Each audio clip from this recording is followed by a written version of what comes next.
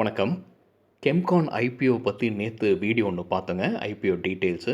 So, அதில நம்ம ஒரு கம்பேரிசன் கவனிச்சிருந்தோம். அவங்களோட ரெட் ஹெரிங் ப்ராஸ்பெக்டஸ்ல சுதர்ஷன் கெமிக்கல் இண்டஸ்ட்ரீஸ் லிமிட்டெடும் மற்றும் அட்டூர் லிமிட்டெடும் 2மே கெமிக்கல் இண்டஸ்ட்ரியில சார்ந்த கம்பெனிஸ் தான். ஸோ, அது கூட கம்பேரிசன் இருந்தத நம்ம கவனிச்சோம். நம்ம அந்த 2 கம்பெனிஸோட ஃபினான்ஷியல் டேட்டாவும் நம்ம டீட்டெயில்டா பார்த்தா நல்லாயிருக்கும் அப்படின்னு அந்த வீடியோல டிஸ்கஸ் செஞ்சிருந்தோம். கெம்கான் ஐபிஓ டீட்டெயில்ஸ் பற்றி பார்க்காதவங்க தயவு செஞ்சு பாருங்கள். அந்த வீடியோட லிங்க் இந்த வீடியோட டிஸ்கிரிப்ஷனில் இருக்குங்க. ஸோ அதன் தொடர்ச்சியாக சுதர்ஷன் கெமிக்கல்ஸ் இண்டஸ்ட்ரீஸ் லிமிட்டடோட ஃபினான்ஷியல் டேட்டாவை நம்ம டீட்டெயில்டாக இந்த வீடியோவில் பார்க்கலாங்க. கடைசி 5 வருஷத்தோட டேட்டா அவங்க ஆனுவல் ரிப்போர்ட்லேருந்து எடுத்தது. அதுக்கப்புறம் அதை கெம்கான் ஸ்பெஷாலிட்டி கெமிக்கல்ஸ் கம்பெனி கூட கம்பேரிசன் செய்வோம். வீடியோ கொஞ்சம் பெருசாக இருக்குன்ற பட்சத்தில் நான் டிஸ்கிரிப்ஷனில் டைம் ஸ்டாம்ப் கொடுத்துருக்கேங்க. ஸோ உங்களுக்கு ஏற்ற டாபிக் பார்க்கணுன்னு நினச்சிங்கன்னா அந்த லிங்கை கிளிக் பண்ணிங்கன்னா வீடியோ டைரெக்டாக அந்த டாப்பிக்கு போயிடும்.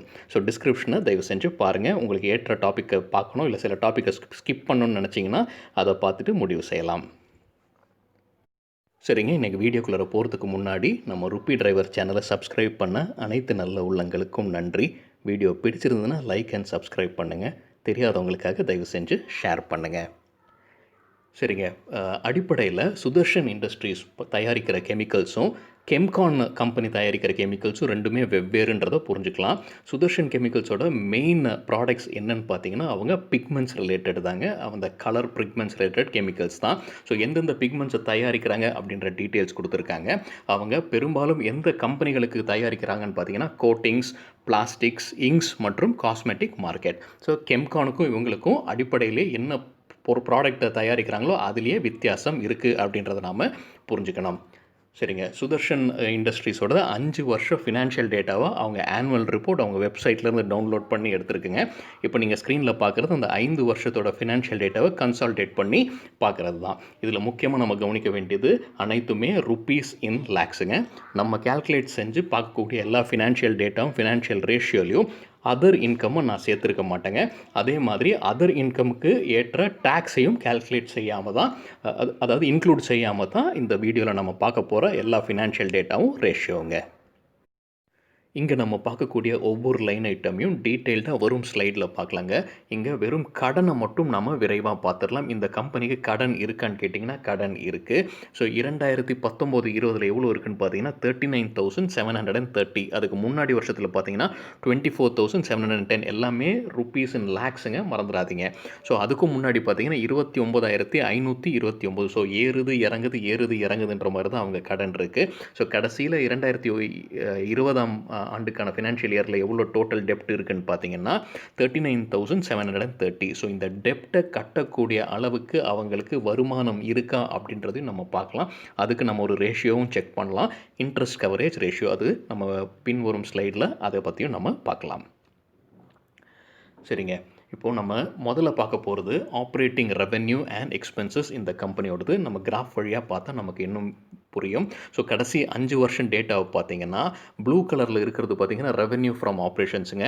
ரெட் கலரில் இருக்கிறது பார்த்தீங்கன்னா expenses. So blue colour revenue பார்த்தீங்கன்னா அதிகரித்து கொண்டே இருக்குது. அது ஒரு நல்ல சைன் தான். எக்ஸ்பென்ஸும் அதிகரித்து கொண்டே தான் இருக்குது. ஆனால் ரெவென்யூ எக்ஸ்பென்சஸை விட அதிகமாக இருக்குது. அது ஒரு பாசிட்டிவ் தான். சரிங்க, எவ்வளோ அதிகரிச்சிருக்கு அப்படின்றத நம்ம பார்த்தா இன்னும் பெட்டராக இருக்கும் இல்லைங்களா? ஸோ நம்ம இங்கே ஒரே ஒரு விஷயம் நம்ம என்ன நோட் பண்ணோம், இங்கே பார்க்கக்கூடிய எக்ஸ்பென்சஸ் இதில் நம்ம ஃபினான்ஸ் காஸ்ட்டு மற்றும் டிப்ரிசியேஷன் அமார்டைசேஷன் இன்க்ளூட் ஆகிருக்கு. ஃபினான்ஸ் காஸ்ட்டுன்றது பாரோயிங்ஸ்க்கு கட்டக்கூடிய வட்டி. ஸோ எல்லா எக்ஸ்பென்ஸும் இன்க்ளூட் பண்ணி தான் இந்த எக்ஸ்பென்சஸ் இந்த சார்ட்டில் காட்டுறோம். ஸோ ரெவென்யூ எக்ஸ்பென்சஸ் இரண்டுமே இந்த சார்ட்டில் இருக்குது. ஸோ எவ்வளோ ரெவென்யூ இன்க்ரீஸ் ஆகிருக்கு அப்படின்றத புரிஞ்சுக்கிறதுக்கு சிஏஜிஆர் க்ரோத், அதாவது 2014 ஆண்டிலிருந்து 2019 ஆண்டுக்கு வரைக்கும் ரெவென்யூ என்ன ரேட்டில் க்ரோ ஆகிருக்கு சிஏஜிஆர் வழியாக அப்படின்னு பார்க்கும்போது 6.89%. இது குறைவாக இருக்கிற மாதிரி எனக்கு தோணுதுங்க. ஆனால் இந்த இண்டஸ்ட்ரி பற்றி எனக்கு தெரியல. ஸோ நம்ம இண்டஸ்ட்ரியோட வேற ஒரு கம்பெனி, பெரிய கம்பெனி இதை எடுத்து பார்த்தா தான் தெரியும். ஆனால் 6.89% தான் ஒரு வருஷத்துக்கும் க்ரோ ஆகுது சிஏஜிஆர் வழியாகன்றது கொஞ்சம் குறைவாக இருக்கிற மாதிரி என்னுடைய தாழ்மையான கருத்துங்க. சரி, 2018-19 2020க்கு எவ்வளோ க்ரோத் இருக்குன்னு பார்த்தீங்கன்னா வெறும் 5.96%. ஸோ அதுவும் குறைவாக இருக்குது. ஸோ இந்த வருஷம் போன வருஷம் கம்பேர் பண்ணும்போது கிட்டத்தட்ட 6% தான் ரெவென்யூ க்ரோ ஆகிருக்கு. சரிங்க. இப்போது இபிட்டா பார்ப்போம். இபிட்டாக்கு இன்னொரு பேர் தான் ஆப்ரேட்டிங் ப்ராஃபிட். ஸோ இபிட்டா பார்த்தீங்கன்னா, இது அதிகரித்து கொண்டே இருக்கிறது. அதுவும் ஒரு நல்ல சைன் தான். சரிங்க. இபிட்டா தெரியாதவங்களுக்காக earnings before interest, tax, depreciation and amortisation. அதாவது நமக்கு ப்ராஃபிட்னு எடுத்துக்கலாங்க இது. ஆனால் இந்த ப்ராஃபிட்டில் நம்ம இன்னும் எதெல்லாம் மைனஸ் பண்ணல அப்படின்னு பார்த்தீங்கன்னா, கம்பெனி கட்டக்கூடிய இன்ட்ரெஸ்ட் இன்னும் மைனஸ் பண்ணல, டாக்ஸை மைனஸ் பண்ணல, டிப்ரிசியேஷன், அமார்டைசேஷன் மைனஸ் பண்ணாமல் வரக்கூடிய ப்ராஃபிட் இது. ஸோ இது பார்த்திங்கன்னா அதிகரிச்சுக்கிட்டே இருக்கிறது வந்து நல்ல சைன் தான். சரிங்க. இப்போ நம்ம ஆப்ரேட்டிங் ப்ராஃபிட் மார்ஜின் எவ்வளோ இருக்குதுன்னு பார்க்கலாங்க. இபிட்டா மார்ஜின்னு சொல்லலாம். இதுக்கு என்ன அர்த்தம்னு பார்த்தீங்கன்னா, இபிட்டாவை கால்குலேட் பண்ணிட்டோம். ஸோ இபிட்டா இந்த ரெவென்யூவோட டிவைட் பண்ணுறோம். So EBITDA divided by revenue தான் இபிட்டா மார்ஜின். ஸோ எவ்வளோ சதவீதம் ப்ராஃபிட்டாக எடுத்துக்கிறோம் நம்ம கம்பெனிக்கு வரக்கூடிய ரெவென்யூவில் அப்படின்றது மாதிரி புரிஞ்சுக்கலாங்க. ஸோ இதுவும் பார்த்தீங்கன்னா இபிட்டா ஆப்ரேட்டிங் ப்ராஃபிட் மார்ஜினும் பார்த்தீங்கன்னா அதிகரித்து கொண்டே தான் இருக்குது. ஸோ கடந்த 5 வருஷத்தில் இப்போ 2020ஆம் ஆண்டுக்கான ஆப்ரேட்டிங் ப்ராஃபிட் மார்ஜின் வந்து 15.62. அதுதான் கடந்த 5 வருஷத்தில் அதிகமான ஆப்ரேட்டிங் ப்ராஃபிட் இந்த கம்பெனிக்கு. அது ஒரு பாசிட்டிவான சைன் தான். சரிங்க. இப்போ ப்ராஃபிட் இல்லை loss for the year after டேக்ஸ்லாம் கட்டினதுக்கு அப்புறமாக எவ்வளோ ப்ராஃபிட் இல்லை லாஸ் இருக்குது இந்த கம்பெனிக்குன்னு பார்க்கும்போது 2019-20ஆம் ஆண்டுக்கு பார்த்தீங்கன்னா 12,841. அதுக்கு முன்னாடி வருஷத்தில் பார்த்தீங்கன்னா 8,668. ஸோ ஒரு பெரிய ஷார்ப் ஜம்ப் தெரியுது பாருங்கள். இந்த கிராஃப்லேயும் பார்த்தீங்கன்னா ஒரு பெரிய ஷார்ப் ஜம்ப் தெரியுது இந்த வருஷத்துக்கான ப்ராஃபிட்டில். சரிங்க. இப்போ நம்ம ரிட்டர்ன் ஆன் ஈக்விட்டியை கால்குலேட் செஞ்சிடலாம். ரிட்டர்ன் ஆன் ஈக்விட்டி தெரியாதவங்களுக்காக ப்ராஃபிட் கடைசியாக இருக்கிற net profit after tax divided by shareholder equity. நமக்கு ஷேர் ஹோல்டர் ஈக்விட்டி டீட்டெயில்ஸில் நம்ம எங்கேருந்து எடுக்க போகிறோம்? ஆனுவல் ரிப்போர்ட்டில் இருக்கிற பேலன்ஸ் ஷீட்டில் தான் எடுக்க போகிறோம். So balance sheet, profit and loss statement மற்றும் கேஷ் ஃப்ளோ ஸ்டேட்மெண்ட் எப்படி எளிதில் வாசித்து புரிஞ்சுக்கலான்னு நம்ம சேனலில் டீட்டெயிலாக ஒரு வீடியோ ஆல்ரெடி இருக்குங்க. பார்க்காதவங்க தயவு செஞ்சு அதை பாருங்கள். லிங்க் வந்து டிஸ்கிரிப்ஷனில் இருக்குது. ஸோ ரிட்டர்ன் ஆன் ஈக்விட்டி எவ்வளோ அதிகமாக இருக்கோ அவ்வளோ நல்லது கம்பெனிக்கு. ஸோ 2019-20ஆம் ஆண்டுக்கான ஆர்ஓஇ பார்த்தீங்கன்னா சுதர்ஷன் கம்பெனிக்கு 20.86%. இது பார்த்தீங்கன்னா கடந்த 5 வருஷத்தில் இருக்கிற ஆர்ஓஇயை விட அதிகம். ஞாபகம் வச்சுக்கோங்க, நம்ம அதர் இன்கம்லாம் இன்க்ளூட் செய்யாமல் கால்குலேட் செஞ்ச டேட்டாங்க இது. சரிங்க. அடுத்தது நம்ம பார்க்க போகிறது பார்த்தீங்கன்னா ROCE, return on capital employed. இதுவும் அதிகரிக்கிறது தான் நல்லது. ஸோ இந்த கம்பெனிக்கு பார்த்தீங்கன்னா ஃபினான்ஷியல் இயர் 2019-20ல் 16% இருக்குது ROCE. ஆனால் இதுக்கு முன்னாடி வருஷத்துலாம் பார்த்தீங்கன்னா 17.5 இருக்குது, 17.88 இருக்குது, 18.61 இருக்குது. அதுக்கப்புறமா குறைஞ்சிருக்கு 16.23, 16 அப்படின்றது குறைஞ்சிருக்கு. ஸோ ROCயும் எவ்வளோ அதிகமாக இருக்கோ அவ்வளோ நல்லது. இதில் பார்த்தீங்கன்னா கம்மியாக இருக்குது கடைசி 2 வருஷத்தில். அது ஒரு நல்ல சைன் கிடையாது. சரிங்க. இன்ட்ரெஸ்ட் கவரேஜ் ரேஷியோ முன்னே நம்ம சொன்ன மாதிரி கம்பெனிக்கு கடன் இருக்குது. ஸோ கடனுக்கு இன்ட்ரெஸ்ட் கட்டணும். ஸோ இன்ட்ரெஸ்ட் கட்டுறதும் கம்பெனிக்கு வரக்கூடிய ரெவென்யூவும் தான் கம்பேர் பண்ணுற ரேஷியோ இது. ஸோ அந்த கட்டக்கூடிய கெப்பாசிட்டி, அந்த இன்ட்ரெஸ்ட் கட்டக்கூடிய கெப்பாசிட்டி கம்பெனிக்கு இருக்கான்னு சொல்கிற ரேஷியோ தான் interest coverage ratio. Interest coverage ratio எவ்வளோ அதிகமாக இருக்கோ அவ்வளோ நல்லது கம்பெனிக்கு. ஸோ இந்த கம்பெனிக்கு ஃபினான்ஷியல் இயர் 2019-20ல் பார்த்தீங்கன்னா இன்ட்ரெஸ்ட் கவரேஜ் ரேஷியோ 14.10 இருக்குது. ஸோ இது தொடர்ச்சியாக அதிகரித்து கொண்டே வர்றது வந்து நம்ம பார்க்கலாம். இது ஒரு பாசிட்டிவ் சைன் தான். சரிங்க. ஆல்ரெடி கம்பெனிக்கு கடன் இருக்குன்றது தெரிஞ்சதுனால நம்ம இன்னொரு ரேஷியோவும் பார்க்கலாம். அதாவது டெப்ட் டு ஈக்விட்டி ரேஷியோ. அது வந்து டோட்டல் டெப்ட் டிவைடட் பை டோட்டல் ஈக்விட்டி. இப்போ டோட்டல் டெப்ட் நியூமரேட்டரில் இருக்கிறதுனால இது கம்மியாக இருக்கிற இந்த ரேஷியோ கம்மியாக இருந்தால் தான் நல்லது கம்பெனிக்கு. ஸோ இது கடைசி 5 வருஷத்தில் இப்போது 2019-20ஆம் ஆண்டில் எவ்வளோ இருக்குதுன்னு பார்த்தீங்கன்னா 0.63. ஸோ நடுவில் 0.4 வரைக்கும் போச்சு. ஆனால் இப்போ திருப்பியும் அதிகரிச்சிருக்கு. ஸோ போன வருஷம் 0.4, இந்த வருஷம் 0.63. ஸோ அது கம்மியாக இருக்கிறது நல்லது. சரிங்க. அடுத்தது கடன் ரிலேட்டடான இன்னொரு ரேஷியோ பார்த்தீங்கன்னா டெப்ட் டு அசெட் ரேஷியோ. இது வந்து டோட்டல் டெப்ட் divided by total assets.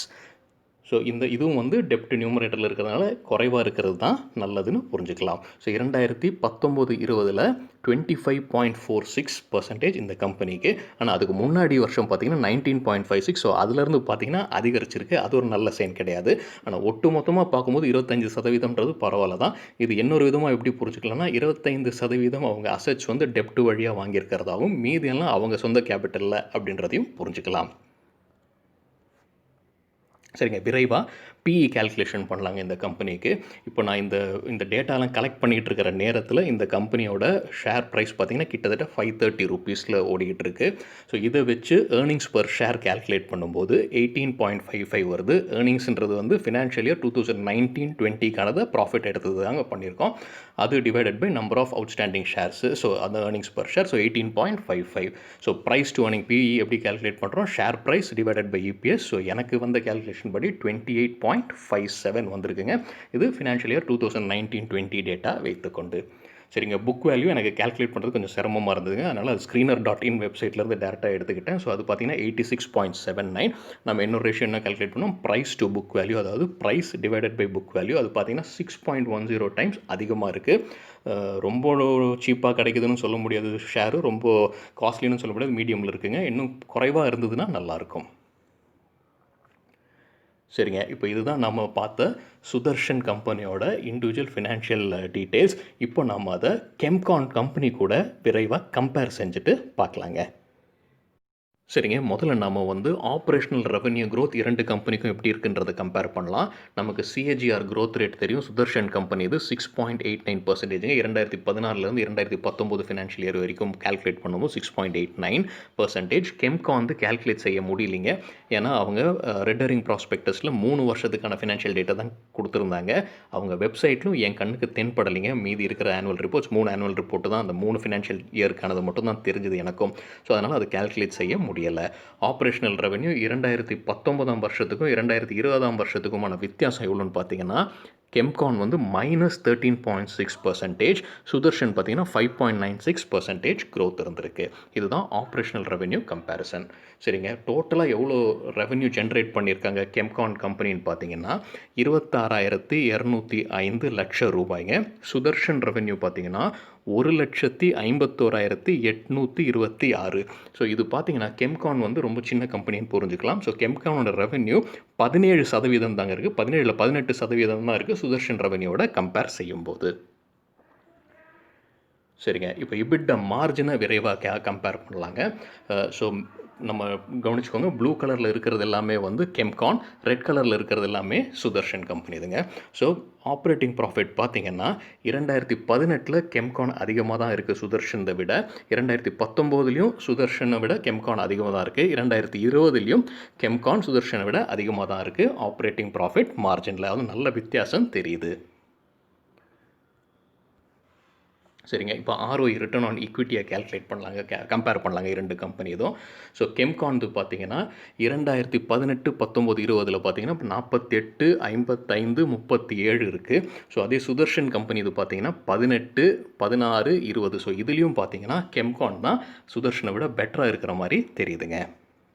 Return on equity நம்ம முன்னே பார்த்த மாதிரி எவ்வளோ அதிகமாக இருக்கோ அவ்வளோ நல்லதுங்க கம்பெனிக்கு. சரிங்க, ரிட்டர்ன் ஆன் கேபிட்டல் எம்ப்ளாய்டும் எவ்வளோ அதிகமாக இருக்கோ அவ்வளவு நல்லதுங்க. இதில் பார்த்தீங்கன்னா நம்மக்கிட்ட 3 வருஷம் டேட்டா தான் இருக்குது கெம்கான்து. ஸோ 2018 61, அடுத்தது 48, அப்புறம் 34. இது ஸ்லைடை கீழே இறங்கிட்டு வருது. அது மட்டும் பார்த்தோன்னா நல்ல விஷயம் கிடையாதுங்க. ஆனால் இப்போ நம்ம சுதர்ஷன் கூட கம்பேர் பண்ணும்போது அது சுதர்ஷனை விட அதிகமாக இருக்கிற மாதிரி தான் தெரியுது. ஏன்னா சுதர்ஷன் பார்த்தீங்கன்னா 2018 18, 2019 16, 2020 16. ஸோ இதுலேயும் கெம்கான் தான் சுதர்ஷனை விட பெட்டராக இருக்கிற மாதிரி தெரியுதுங்க. சரிங்க, இன்ட்ரெஸ்ட் கவரேஜ் ரேஷியோ, அந்த கடனுக்கும் அவங்களுக்கு வரக்கூடிய வருவாயும் கம்பேர் பண்ணுறது, இதுவும் எவ்வளோ அதிகமாக இருக்கோ கம்பெனிக்கு நல்லதுங்க. ஞாபகம் வச்சுக்கோங்க, ப்ளூ கலர் லைன் தெரியறது கெம்கான், ரெட் கலர் லைனில் இருக்கிறது சுதர்ஷனுங்க. சரி, இதில் பார்த்தீங்கன்னா 2018 கெம்கான் பார்த்தீங்கன்னா 14.11, சுதர்ஷன் பார்த்தீங்கன்னா 5.85. கெம்கான் 2019 பார்த்தீங்கன்னா 15.79, சுதர்ஷன் பார்த்தீங்கன்னா 9.91. இப்போ கடைசியில் பார்த்தீங்கன்னா 2 பேரும் 14 பாயிண்ட் தான், 14.01, 14.10. இன்ஃபேக்ட் சுதர்ஷன் ஓவர்டேக் பண்ணியிருக்காங்க கெம்கானுக்கு கடைசி வருஷத்தில் கம்பேர் பண்ணும்போது. ஸோ இரண்டுமே கிராஃப் அதிகமாக போயிட்டு இருக்கிற மாதிரி இருக்குது. ஆனால் கெம்கான் வந்து 2019, 20 கம்பேர் பண்ணும்போது கீழே இறங்கியிருக்கு. ஆனால் ஒட்டு மொத்தமாக பார்க்கும்போது 2 பேரும் ஒரே இடத்துல இருக்கிற மாதிரி தான் தெரியுது. சரிங்க, அடுத்தது டெப்ட் டு ஈக்விட்டி ரேஷியோவை விரைவாக பார்த்துடலாங்க. டெப்ட் டு ஈக்விட்டி ரேஷியோன்றதில் கம்மியாக இருக்கிறது தான் நல்லதுன்றது தான் நம்ம பார்த்துருக்கோம். ஸோ கெம்கான் பார்த்தீங்கன்னா 0.3 அளவில் தான் டோட்டலாக மெயின்டைன் பண்ணிக்கிட்டு இருக்காங்க. சுதர்ஷன் பார்த்தீங்கன்னா 0.65லேருந்து 0.4க்கு போய் அப்புறம் 0.6க்கு மறுபடியும் வந்திருக்கு. ஸோ இதுலேயும் பார்த்தீங்கன்னா கெம்கான் தான் கம்மியாக இருக்கிறதுன்றதை புரிஞ்சுக்கலாம். சரிங்க. அடுத்தது டெப்ட் டு அசெட் ரேஷியோ, இதுவும் கம்மியாக இருக்கிறது தான் நல்லது. ஸோ கெம்கானோட ரேஞ்ச் பார்த்தீங்கன்னா 2020ஆம் ஆண்டுக்குள்ள பார்த்தீங்கன்னா 19.17, சுதர்ஷன் பார்த்தீங்கன்னா 25.46. ஸோ இதுலேயும் வந்து கெம்கான் தான் பெட்டராக இருக்கிற மாதிரி தெரியுது. சரிங்க. அடுத்தது நம்ம பிஇயை கால்குலேட் பண்ணதை கம்பேர் பண்ணிடலாங்க, ப்ரைஸ் டு ஏர்னிங்ஸு. ஸோ இதில் பார்த்தீங்கன்னா நம்ம முதல்ல இபிஎஸ் கால்குலேட் பண்ணுறோம். இபிஎஸ் வந்து ஃபினான்ஷியல் இயர் 2020க்கான ப்ராஃபிட் வச்சு தான் கால்குலேட் பண்ணுறோம். அந்த ப்ராஃபிட் டிவைடட் பை அவுட்ஸ்டாண்டிங் ஷேர்ஸுங்க. ஞாபகம் வச்சுக்கோங்க, நம்ம கால்குலேட் பண்ண நம்பர்ஸில் எதுவுமே அதர் இன்கம் சேர்க்கப்படலை. ஸோ கெம்கான்து பார்த்தீங்கன்னா 12.52 வந்தது, சுதர்ஷன் பார்த்தீங்கன்னா 18.55. ஸோ இந்த விஷயத்தில் சுதர்ஷன் பெட்டராக இருக்குது, ஏன்னா ஏர்னிங்ஸ் பர் ஷேர் அதிகமாக இருக்கிறது தான் நல்லது. ஸோ இதை வச்சு நம்ம பிஇ கால்குலேட் பண்ணும்போது கெம்கான்து பார்த்திங்கன்னா நம்ம ஐபியோட அப்பர் பேண்ட் 340 வச்சு தான் கால்குலேட் பண்ணுறோம். ஸோ அந்த share price divided by EPS calculate பண்ணும்போது 27.15 வருது. சுதர்ஷன் நம்ம முதலே சொன்ன மாதிரி ஷேர் ப்ரைஸ் இப்போதைக்கு 513 வச்சுருக்கோம், அது டிவைடட் பை இபிஎஸ் பண்ணும்போது 28.57 வருது. ஸோ பிஇ பார்க்கும்போது பெரிய வித்தியாசம் இல்லைங்க இரண்டு கம்பெனிகளுக்கும். ஆனால் இபிஎஸ்சில் பார்த்திங்கன்னா சுதர்ஷன் வந்து பெட்டராக இருக்கிறது தெரியுது. சரிங்க, இதுதான் என்னுடைய இன்ஃபரன்ஸுங்க, என்னோட புரிதல். எனக்கு தெரிஞ்ச பாசிட்டிவ்ஸ் அண்ட் நெகட்டிவ்ஸ் எடுத்து வைக்கிறேங்க.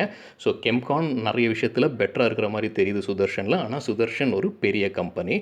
இது வந்து வெறும் ஃபினான்ஷியல் நம்பர்ஸ் மட்டும்தான் நான் பார்த்துருக்கேங்க. அதுவும் அவங்க ஆனுவல் ரிப்போர்ட் 2019-20 வரைக்கும், அதுக்கப்புறம் நடந்த விஷயங்கள் மாற்றங்கள் எதுவுமே எனக்கு தெரியலை. அதே மாதிரி ஆனுவல் ரிப்போர்ட்டில் வேறு எந்த பகுதியும் நான் வாசிக்கலைங்க, வெறும் ஃபினான்ஷியல் டேட்டாவை மட்டும்தான் செக் பண்ணி உங்கள் முன்னாடி நான் கொடுத்துருக்கேன். ஸோ இது என்னுடைய கணிப்பு, என்னுடைய பார்வை. உங்களுக்கு என்ன பார்வை இருக்குது இந்த கம்பெனியை பற்றி, கெம்கான் மற்றும் சுதர்ஷன்? அத்துல் கம்பெனி ஒன்று இருக்குங்க, அதையும் நான் முடிஞ்ச இந்த டீட்டெயில்ஸ் அனலைஸ் பண்ணி இதே மாதிரி ஒரு 3 கம்பெனியோட கம்பேரிசன் போட முடியுமா, டைம் இருக்கான்னு செக் பண்ணுறேங்க. ஆனால் உங்களுக்கு இந்த வீடியோ பிடிச்சிருக்கு, இந்த மாதிரி வீடியோக்கள் பண்ணலான்னு நினச்சிங்கன்னா தயவு செஞ்சு ஃபீட்பேக்கை சொல்லுங்கள், ஹானஸ்ட் ஒப்பீனியனை சொல்லுங்கள், கமெண்ட்ஸ்லையும் சொல்லுங்கள், லைக் இல்லை டிஸ்லைக் ப்ரெஸ் பண்ணிவிட்டும் சொல்லுங்கள். நன்றி, வணக்கம்.